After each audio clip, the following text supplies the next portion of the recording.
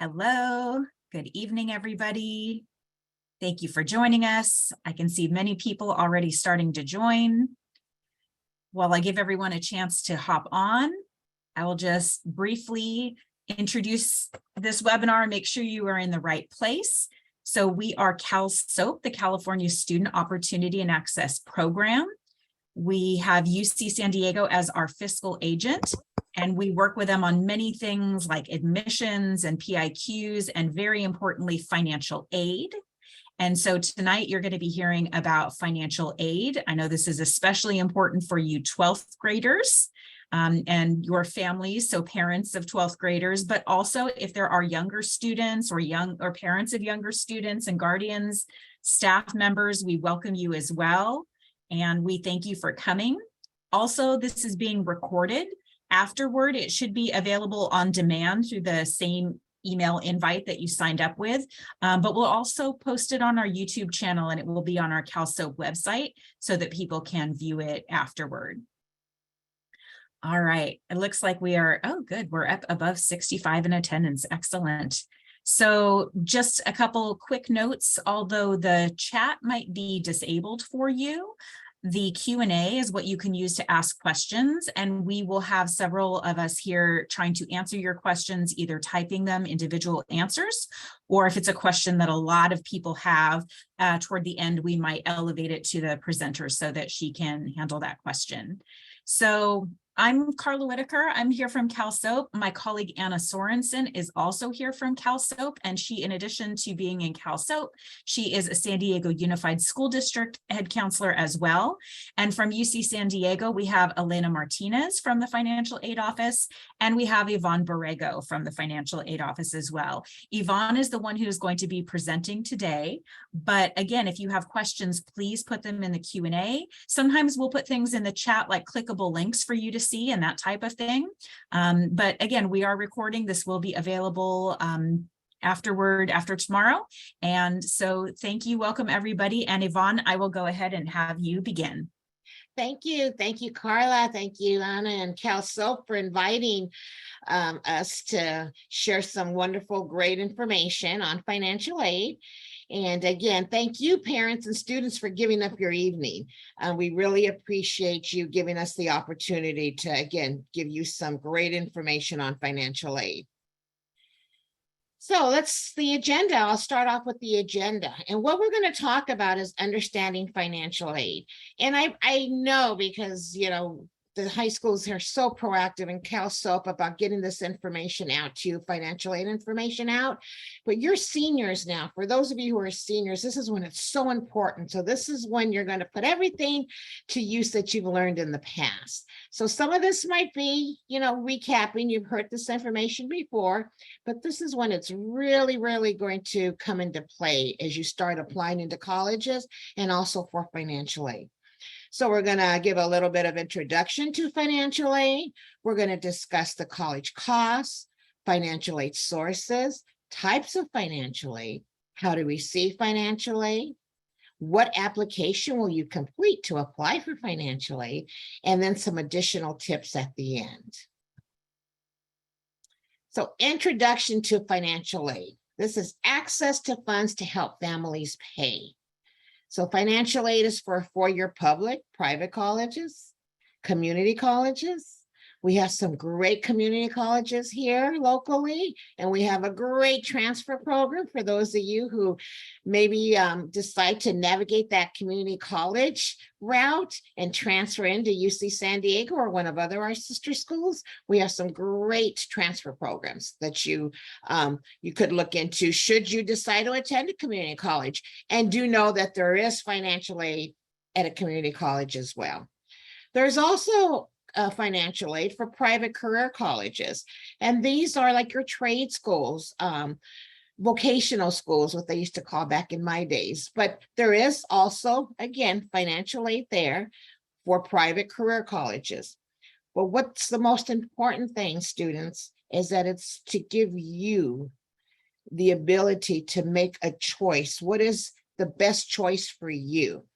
What school will is a good fit for you, best academically, culturally, what is a good social fit, and not necessarily the least expensive. And we say this because that's really important. Students in the past, and I've been in financial aid for many years, we have a population of students who will limit themselves to applying to the least expensive schools. And we don't want you to do that, because keep in mind that the higher the cost of attendance, the higher your financial aid will be. And I'll discuss that in one of my later slides. But it's really important as you start, navigating and applying to colleges, that you apply what is a good fit for you, because that's where you're going to excel at, where you're comfortable at. Comparing college tuition costs. So I always say that we have this formula with aid, and it always begins with the cost of attendance. Each school has their own cost of attendance. Cal State San Marcos, San Diego State, UC Berkeley, UCLA, Point Loma Nazarene, we all have our own cost of attendance, and that's where it begins. And as I know you were researching students, what colleges you were interested in applying to, I know that you also, hopefully, you jumped right onto the financial aid site to see what is the cost of attendance there and how do I apply for financial aid. So the cost of attendance, what's really important, what I always tell students, focus on and look at what is it going to cost you just to attend classes there. Within that cost of attendance, what's one of the most important things?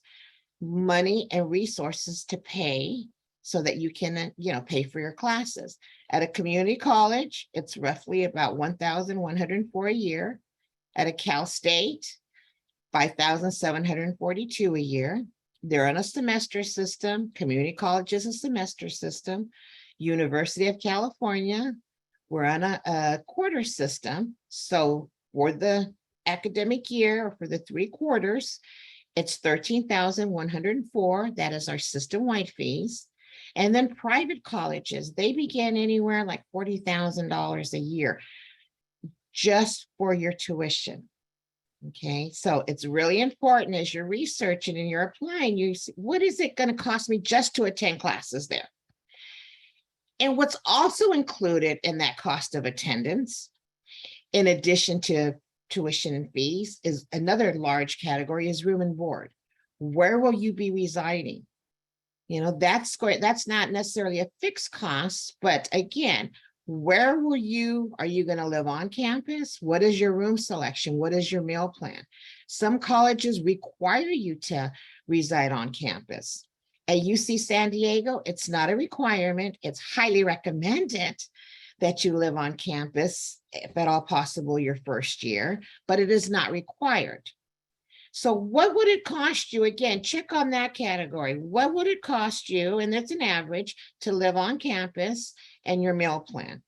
You're also going to need, money for books and supplies, personal expenses, transportation. So this is all that's included in a cost of attendance. And again, every school has their own cost of attendance. So focus on those 2 categories as you're going back to research and you're start applying for financial aid at the colleges that you plan to attend and to apply to. Tuition and fees, room and board. Okay. Now, where do we get, where are the financial aid sources? Where do we get the money from? The federal government, state government. Every college and university has their own pool of. At UC San Diego, we call it UC San Diego grant money, grant and aid.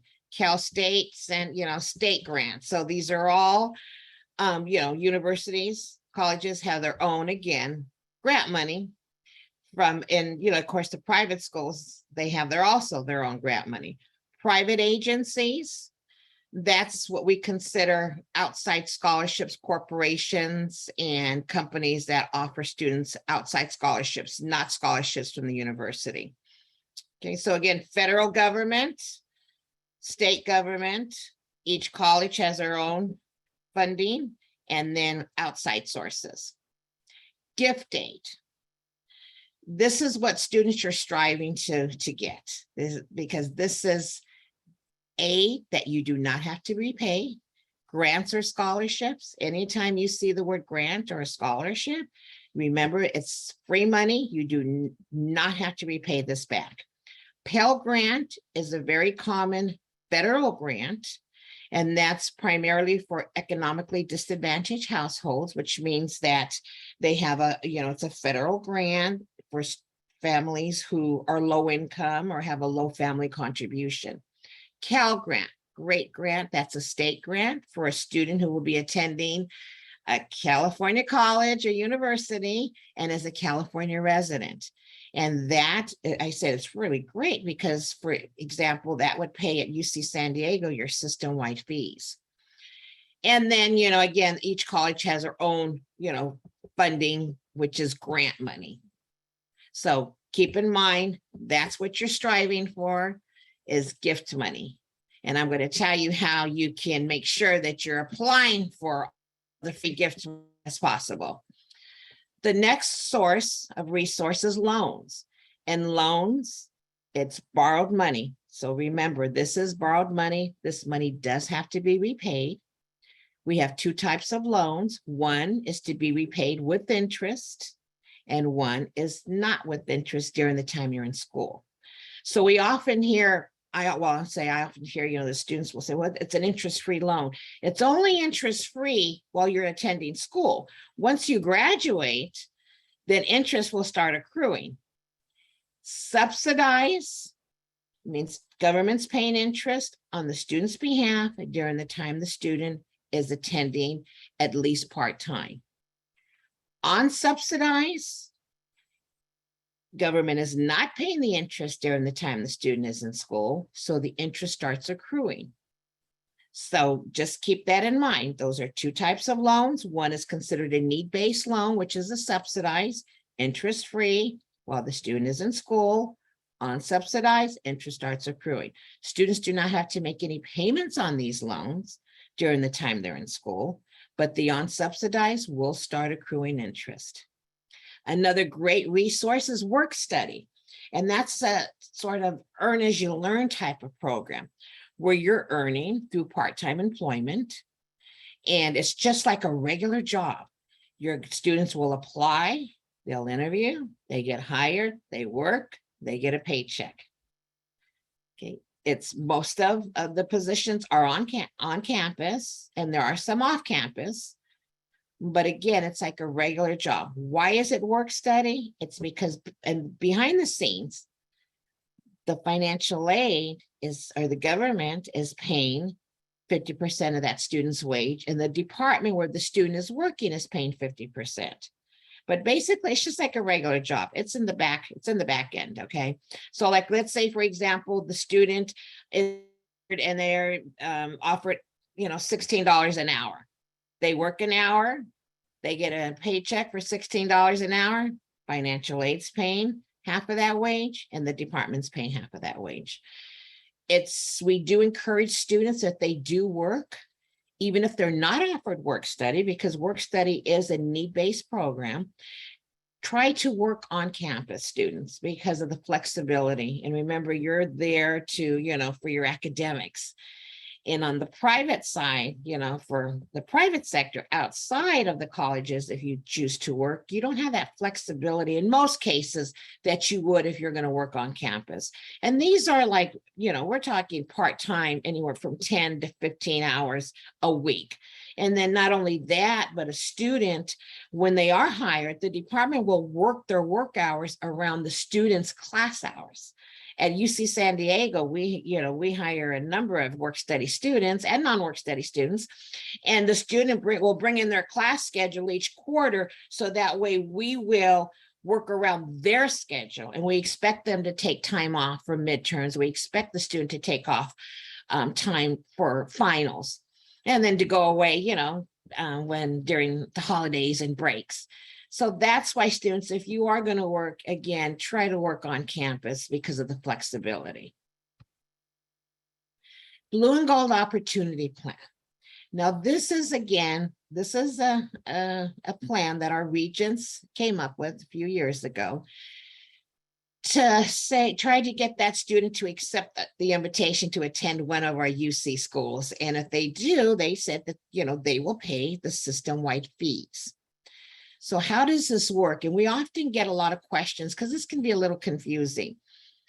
So how this works is that a student has to be, willing to attend and accept invitation to attend a UC school. They have to be a California resident. The family income has to be less than 80,000. They qualify for need-based financial aid, which means they have to apply on time, meet those deadlines, and we'll talk about that later, one of my other slides. If you answer yes, to the first three questions, then the final question, or first four, I should say, the final question is before we will actually award the student. So the student could be, attending, let's say, for example, UC San Diego, they're a California resident, their family income is less than 80,000, they met the deadlines. They're eligible, but before we will award that student the blue and gold, their total gift money has to be less than $13,752. This plan says that if the student meets, that criteria, California resident, UC, and family income is less than 80,000, and they don't have enough to pay their system-wide fees with gift money, then the blue and gold plan will pay that system-wide fees. In general, students, and this is in general, a family who earns less than 80,000, their average gift aid is going to be around 18,000.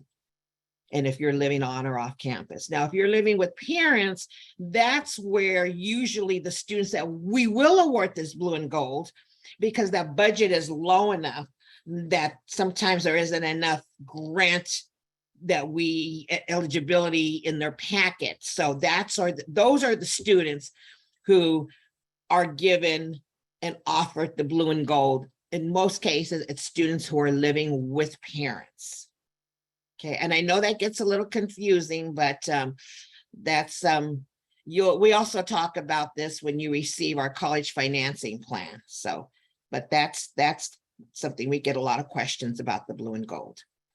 Now, okay, so then we also have at UC San Diego, it's new this year, and it's called the UC Native American Opportunity Plan.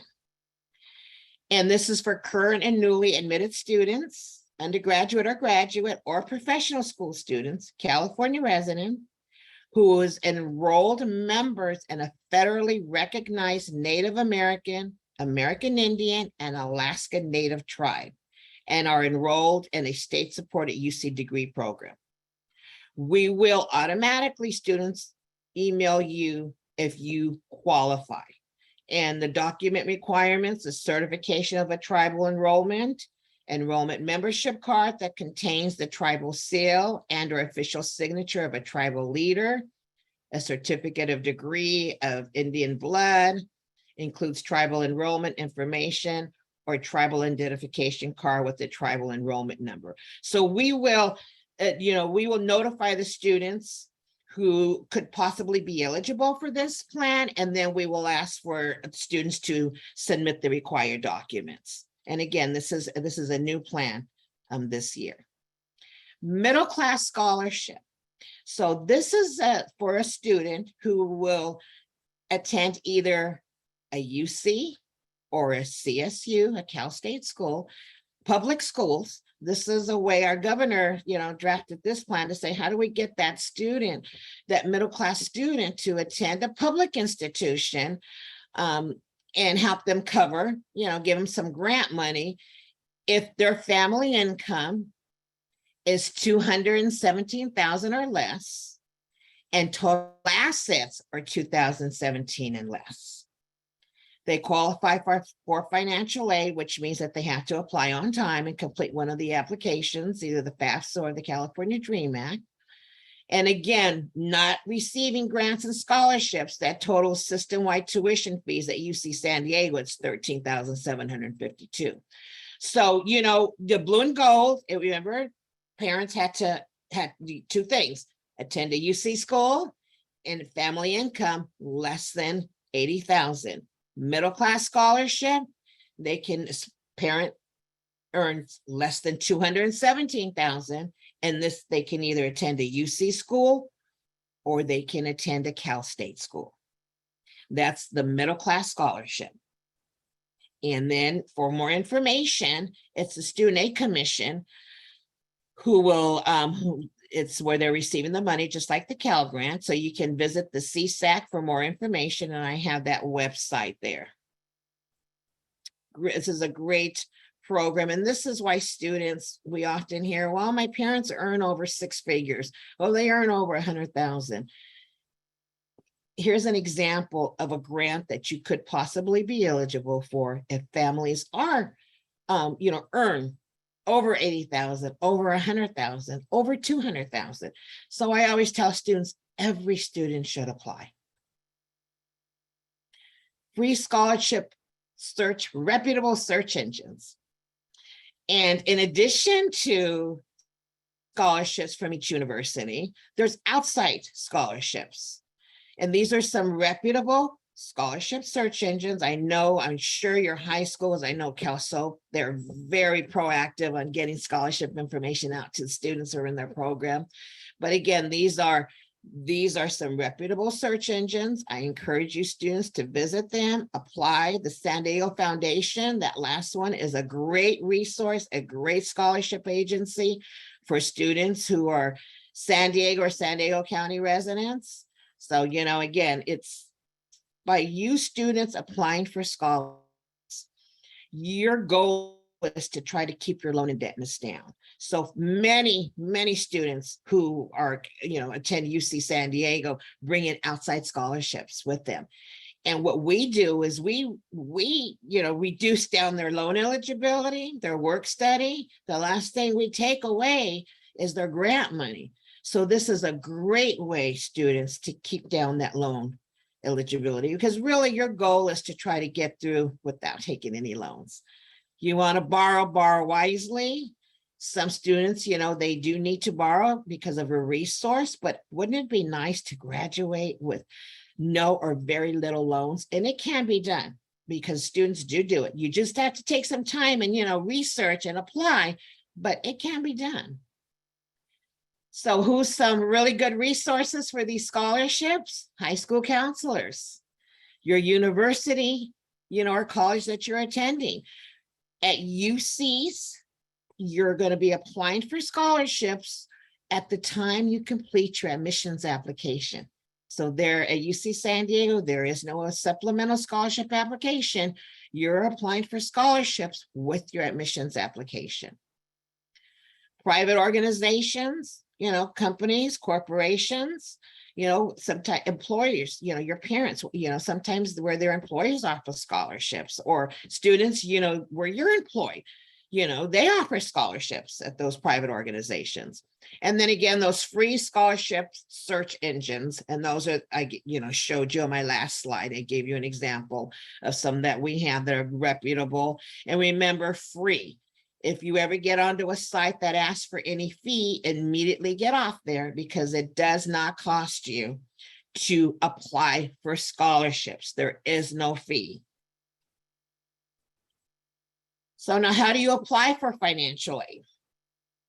You will either be completing the FAFSA, the free application for federal student aid at studentaid.gov, or the DREAM application, which is dream.csac.california.gov.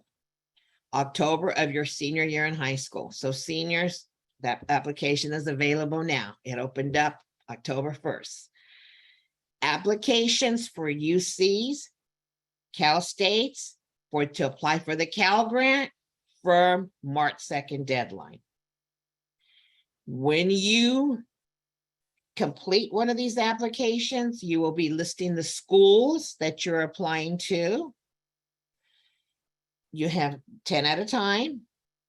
And then you can certainly add additional schools. They process either applications. Keep in mind that you will complete an application every year, every school year. So every year you're going to have to renew either the FAFSA or the DREAM Act during the time you're in college. It's not, unfortunately, one time. Every year And every year, October 1st, and every year you want to beat that March 2nd deadline. So now which application? So student, this question is for you. Are you a US citizen or a permanent resident? If the answer is yes, you complete the FAFSA, studentaid.gov.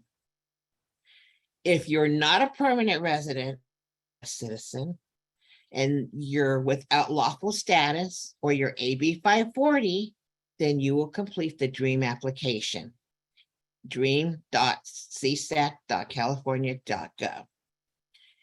If you are what we call our dreamers and you complete the DREAM application, you're not eligible for any federal aid, but you are eligible for state aid and you're eligible for institutional aid.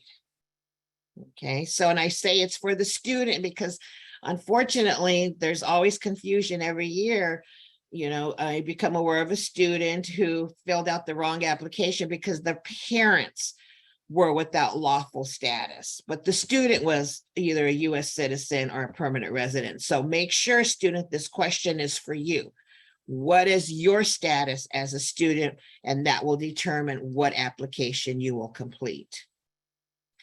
Some things when you complete either the FAFSA or the DREAM Act, what's going to be used, and it's really important, is your FSA ID number, your social security number. It's really extremely important, students, that when you go add your social security number, that you make sure you're very careful, because you transposing a number can delay the schools from offering you a financial college plan after you've been admitted.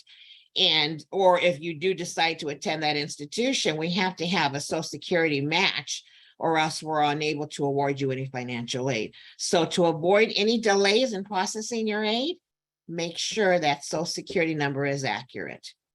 Your driver's license number, if you have a license, if you don't, that's no problem. You'll be using federal tax returns for 2021 for those of you who will be completing the application effective now for the fall of an academic year of 23-24. You're going to want to have on hand records of untaxed income such as child support, interest income, etc., records of your assets, and a list of schools that you want to attend, a list of schools that you're going to be applying to. What are your top choice schools? Because you have, it's 10 at a time. So your first 10, list your first top 10. And then you'll transmit this application. And then you'll receive a condensed, what's called a student aid report, where you have the opportunity to add additional schools. So you can continue to add schools. It doesn't cost anything, unlike an admissions application. The FAFSA or the DREAM Act does not cost anything. So you can certainly add as many schools onto this application that you're planning to attend. Okay, so what's really important is what I say is list your top 10 schools, because what happens is the next step once you complete one of these applications is when you become admitted into the school, whatever school, because you complete these applications. We're hoping in October is the goal, and then you're going to start applying into colleges. UCs, we don't offer admissions to our students until mid-March. That's why it's really important you don't wait till March 2nd, because you don't want to miss that deadline. But when you start getting acceptance notifications, there used to be letters, but now there's like emails or notifications on portals online. You're also going to receive a financial aid college plan. And if you list it on your FAFSA or your DREAM Act, one of the schools, and you were accepted into, so example, you were accepted into UC San Diego, and on your FAFSA or your DREAM Act, you had UC San Diego, we're going to offer you a college financing plan. We're going to give you the types of the amounts of aid that you would be eligible for based on the information you provided on your FAFSA or your DREAM application. And not only UC San Diego, but that's in any other school that was you had listed on your FAFSA or your DREAM Act and you were accepted to. Most students, that's how they're going to make their decision on where they're going to attend based on who's going to offer them what. and how much. And again, how much gift money, how much scholarship money.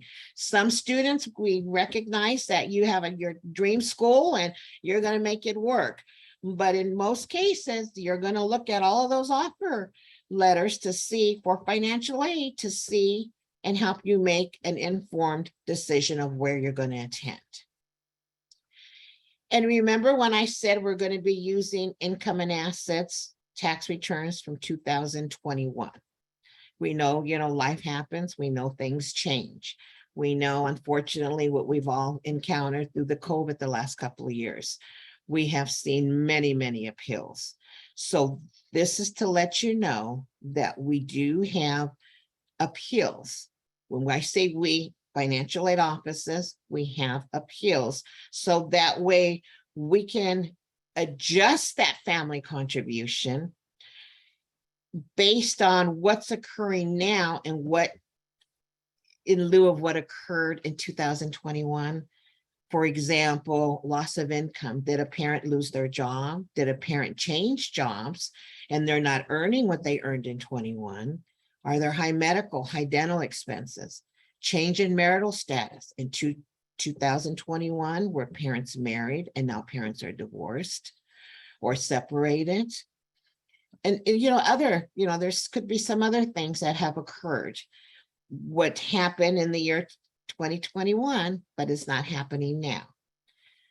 We have the ability to adjust that family contribution. Okay. Every college can do that. Every university has the ability to do that. Check with your university and college's website and they'll go ahead and just like with us on our website to give you information on how you file an appeal. So this is very important because even once we've awarded you, if something was to happen during the time you're attending, we can always change that family contribution. The lower the family contribution, the higher the financial aid. And that's sort of where that formula is at, because I said it begins with the cost of attendance. You're going to complete one of those two applications, and you're going to have, what they're going to do is they're going to determine either the Department of Ed for the FAFSA or the Student Aid Commission for the for our Dreamers, what family's ability to pay, which we call as a family contribution, budget, cost of attendance minus family contribution equals financial need equals financial aid. So that's why earlier in my, when I started my presentation, I said, don't just limit yourself to the least expensive colleges, because it begins with that cost of attendance. Higher the cost of attendance at that school, higher the financial need. Family contribution is going to remain the same. That doesn't change. What changes is the financial need based on that budget from the school that you're applying to. Other important tips, October 1st, the applications are available. Students do not wait. Please, the earlier, the better. And not only that, what's really important is that some of you are going to be applying to private schools or out-of-state schools. They could have earlier, deadlines. For the Pell Grant and for UC's, Cal State's, March 2nd is the deadline. But what about private schools?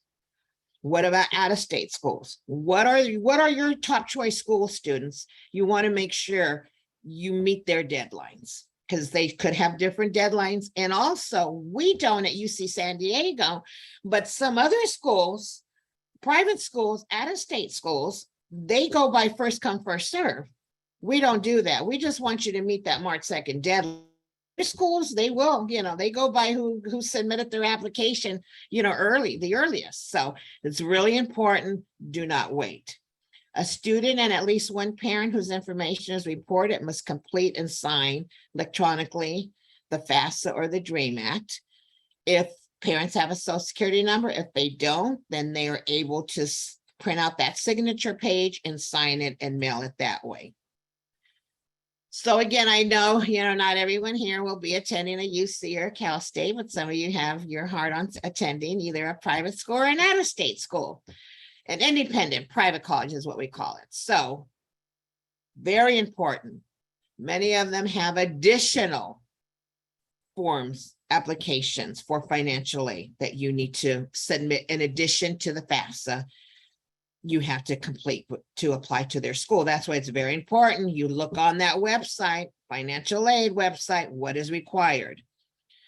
A CSS financial aid profile is a pretty popular form. We don't require it at UC. Cal States do not require this form. Private, many private, independent, and out-of-state schools, some out-of-state public schools will require this CSS financial aid profile. And this is collecting additional information that the FAFSA does not ask for. Some colleges, not UC or Cal State, but other independent, private, or out-of-state colleges, they have their own institutional financial aid form. And then scholarship applications.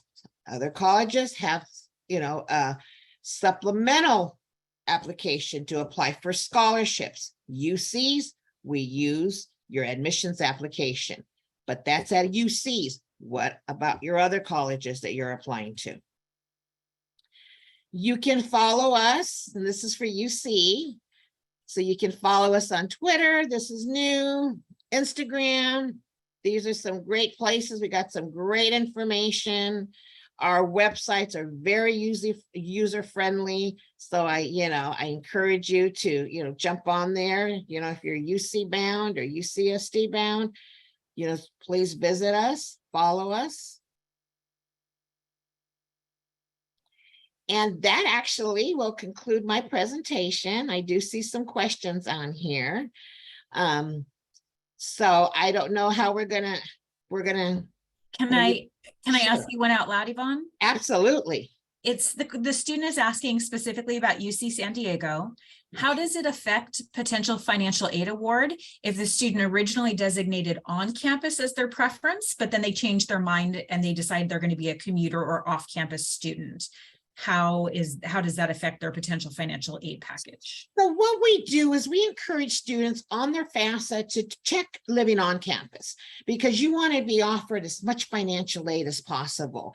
And we have three budgets.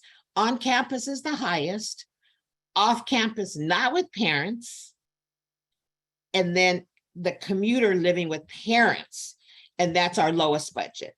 But we say on your FAFSA, if you check, you're living on campus and you get enough financial aid that you're able to pay, with aid, the majority of your housing, if not in some cases, all of your housing, then you would certainly want to, again, use that opportunity to live on campus. But you can always change it, which means that, again, it does affect your financial need. Remember, cost of attendance. The highest one is living on campus, then off campus, not with parents, is the second. And then the lowest is living with parents. Cost of attendance minus family contribution equals financial need. So it will affect the amount of aid you're awarded based on what your living situation is. And when we give you your college financing plan and you accept our invitation to attend, because that college financing plan, students, is just an estimate. Once you accept the invitation to attend, let's say UC San Diego, then you can at that time let us know where you will be residing on off campus or with parents. Yvonne, there's a great question in the chat that I'm sure is going to come up. Okay. The question is, I already had an FSA account for my eldest son who is still in college. Do I need to create a new account for my youngest child who's going to college in 2023? So we always get that. That's a good one. And I know you do. And I know that you definitely, and I might have to, you know what, because you have to complete a separate application. So each student has to complete a separate application. And maybe you can help me out, Carla, with here. Do they have to, because it changed from the past, does the parent, can you answer that question for me, Carla? Because I'm not 100%. Go ahead, Anna, do you know? Yeah, I can answer that. Okay. So, or Anna. yeah, so that's the FSA ID. So the account is definitely different, but the FSA ID is connected to your social security number. So if you went to college and filled out a FAFSA and created an FSA ID, you would already have one. So you don't go create a new FSA ID, use the same one that you use for college. The same one then that you use for your older son for college will be the same one that you'll use for your younger child for college. Because again, that's connected to your social security number. However, the FSA ID is used for signing purposes of the document, but you would create a brand new application because it is a new child in a new year and do that, but the FSA ID stays the same. So the two children have their own unique FSA IDs, but the parent just has one. Correct. Okay. Correct. And when those children are older and their children go to college, they will have already created an FSA ID. So. Thank you, Anna. I thought that, but I wasn't 100%. So thank you so much. I also saw in the chat, somebody asked about 529 plans. And where is that reported? Because you're doing parental taxes, you're doing taxes for children or the student. So the 529 plan, while it is for the good of the child and that money will go to the child, the income is actually reported under the investments of the parent. So that's a question that also comes up. And I saw somebody asked about 529 plans.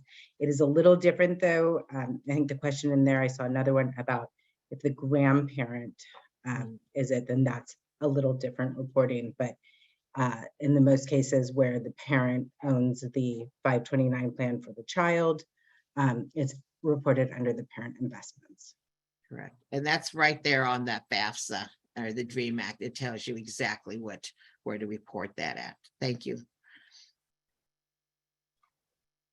So another question in the chat for the middle class scholarship, what constitutes total household assets of 271,000 or less? Okay, so that's a little loaded a question because the FAFSA, I always say refer to the FAFSA to tell you what exactly you need to use.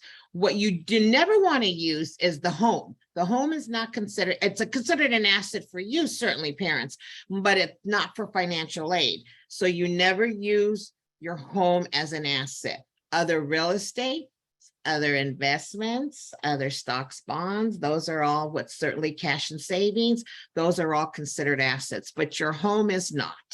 And when we say other real estate, we use the equity is looked at. So if you do have other real estate, not the home, then when you answer that question, you want to just use the equity.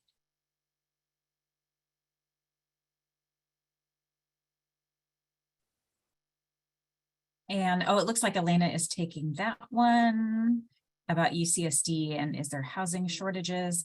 Let's see. Someone says, I created an FSID on Monday and got an email from the Department of Education the next day confirming that my info was confirmed. This is from a parent. Her daughter created hers at the same time, but hasn't received the email yet. What can they do to follow up on this, or should they give it more time? If today's Wednesday and they created it on Monday, what would be your advice? Well, first of all, my first advice would be to make sure that the student checks their spam or junk folder, just in case. But anyone else have additional advice on that one? I would say to wait a little bit. And if not, you can certainly always contact the Department of Ed.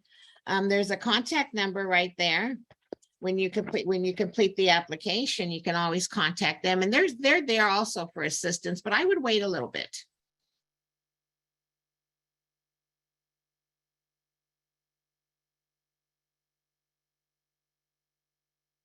There's a question in here on that. It says, how about the IRA accounts? Does retirement accounts go under the parental investments, or that's not considered an investment? It's not considered an asset. If it's in an official retirement account, like an IRA or a Roth, it's not considered an asset if it's in that retirement account. But So it can't just be a reported. regular savings account. So yeah, they don't have to report that as an asset, no. Perfect. Correct.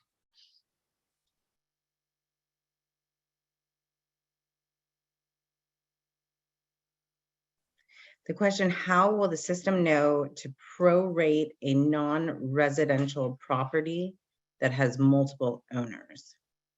That's it. Okay, so I can tell you at UC San Diego what we do. is, you're going to, and we could ask for clarification. Basically, we're going to take what you provide on the FAFSA application. That's what we do at UC San Diego. So what we would want you to do is, like, there's multiple owners, give us your share of the equity. We just want to know about your share. Even, we don't want to know about the other ones. We want to know about your share. That's what we take what we could have you can provide it on the FAFSA. If you were to attend UC San Diego, we're going to take what you have there. Now, other schools could require, especially, your private schools, they could require documentation, and you would provide it. Any documentation would be provided to the school that the student will be attending. But at UC San Diego, we just want to know about your portion of the other real estate or rental property that you co-own with other people.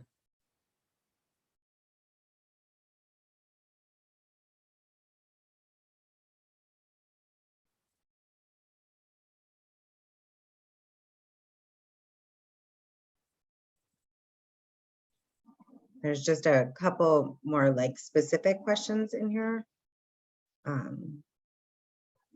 So another, if the parent had in the past an FSA-ID, so for grad school, will that be used when applying for the student? So you will use that FSA-ID to sign your student's FAFSA application. Your student will create an FSA-ID, and then you will use the already created FSA-ID from your grad school to apply for the student, to sign the student's application. I see a question in the chat. If there is a change in marital status, do you use both parents' income? So when you go on to complete that FAFSA or the DREAM Act, the question is, they're gonna ask for parents' information or parent. They want the information of the custodial parent or the information of the parent who the student last lived with, regardless who claims the student on the tax returns. We do not both parents' information if parents are either divorced or separated. And separated, they cannot be cohabitating. So they cannot be living in the same residence, sharing the same residence. They have to be living apart, separated, or divorced. And then again, we want the information of the parent who the student is currently living with, because you're high school students, or who you last lived with. If parents they're divorced and it's 50-50, student lives 50% father, 50% with mother, then it's up to the student to provide this, the information, whatever one, because it's 50-50. If parent is remarried, then the step parents' information has to be used. So if the father is a custodial parent and the father is remarried, they have to use the stepmother's information on the FAFSA. And prenups for public schools is not looked at for FAFSA. They don't recognize prenups. So did that answer that question? It's about whose information you provide?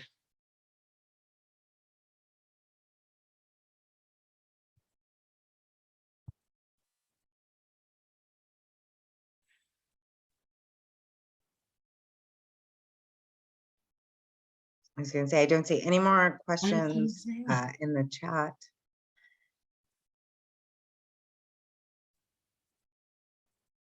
Live together but separate. So if a parents live together but separate or going to divorce.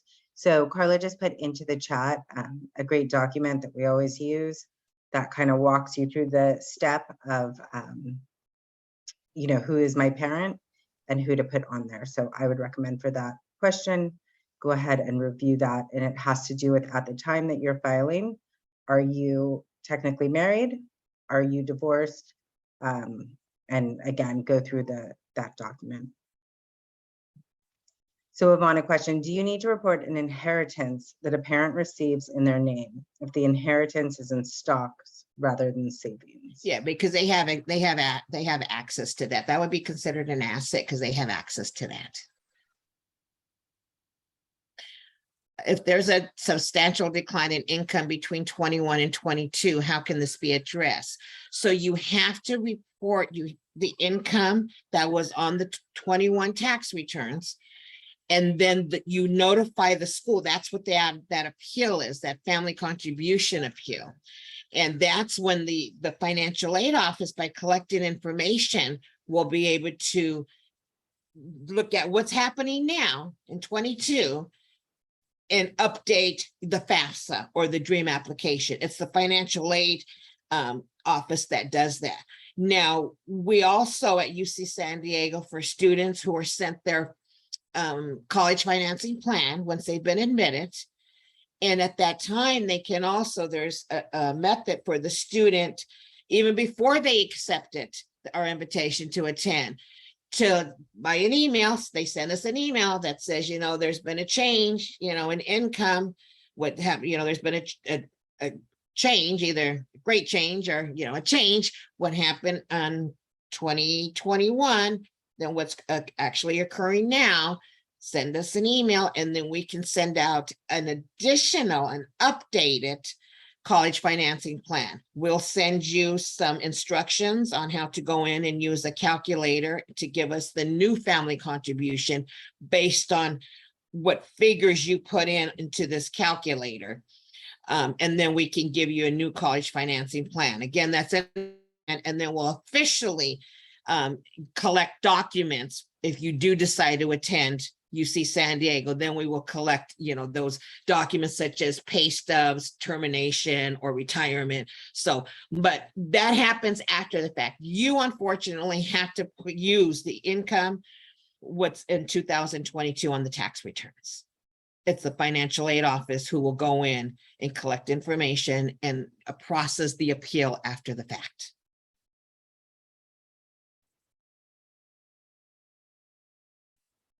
There's a good question about, is the income that they report on the FAFSA like their gross income, adjusted gross income, or their net? Is it pre-tax or post-tax income? Yeah, I'm not so- sure to answer it that Yeah, one. well, it's, you know, what we really want you to do ideally is to link up to the IRS tax retrieval, because if, you know, again, this is 21 tax returns. Parents would have already filed their tax returns, and there's a question, do you want to link it up to the IRS site? You check yes, you link that up. The IRS is going to be able to take that information on the taxes and apply it to the FAFSA. But you don't have to. It's not a requirement. It's highly, highly recommended. That way, you know, you're putting in the right figures. But it is, what's looked at is wages. There's a box for wages, and then that's adjusted gross income. Okay, so that's, you know, you're going to put in there's a part for the wages, and there's a part for the adjusted gross income. And then there's also a part for untaxed income on the FAFSA that you're going to put on there for those parents who do have untaxable income. But it's adjusted gross income that's looked at. Adjusted gross income, and then again, wages and adjusted gross income, taxes paid. Those are the major categories that are looked at. All right, well, I think we're coming to the end of our time. This, as we've posted in the chat, this recording is going to be posted on the CalSOAP website, calsoapsandiego.org, as of tomorrow, and that will be under the webinars and blog section of our website. I want to give a huge thank you to Yvonne Borrego from UC San Diego. She is a financial aid expert, and so are Anna, and so is Elena, and so thank you for handling the Q&A. We appreciate it. And everyone who came and attended and took your time to do that, thank you. The website is in the chat. It is calsoapsandiego.org, and that's where you'll be able to find this. You should also be able to find it on demand. If you should be getting actually an email from Zoom tomorrow to thank you and saying it's available on demand if you'd like to view it. So thank you to everyone. We will go ahead and end the webinar, and thank you everybody for your participation. Good night.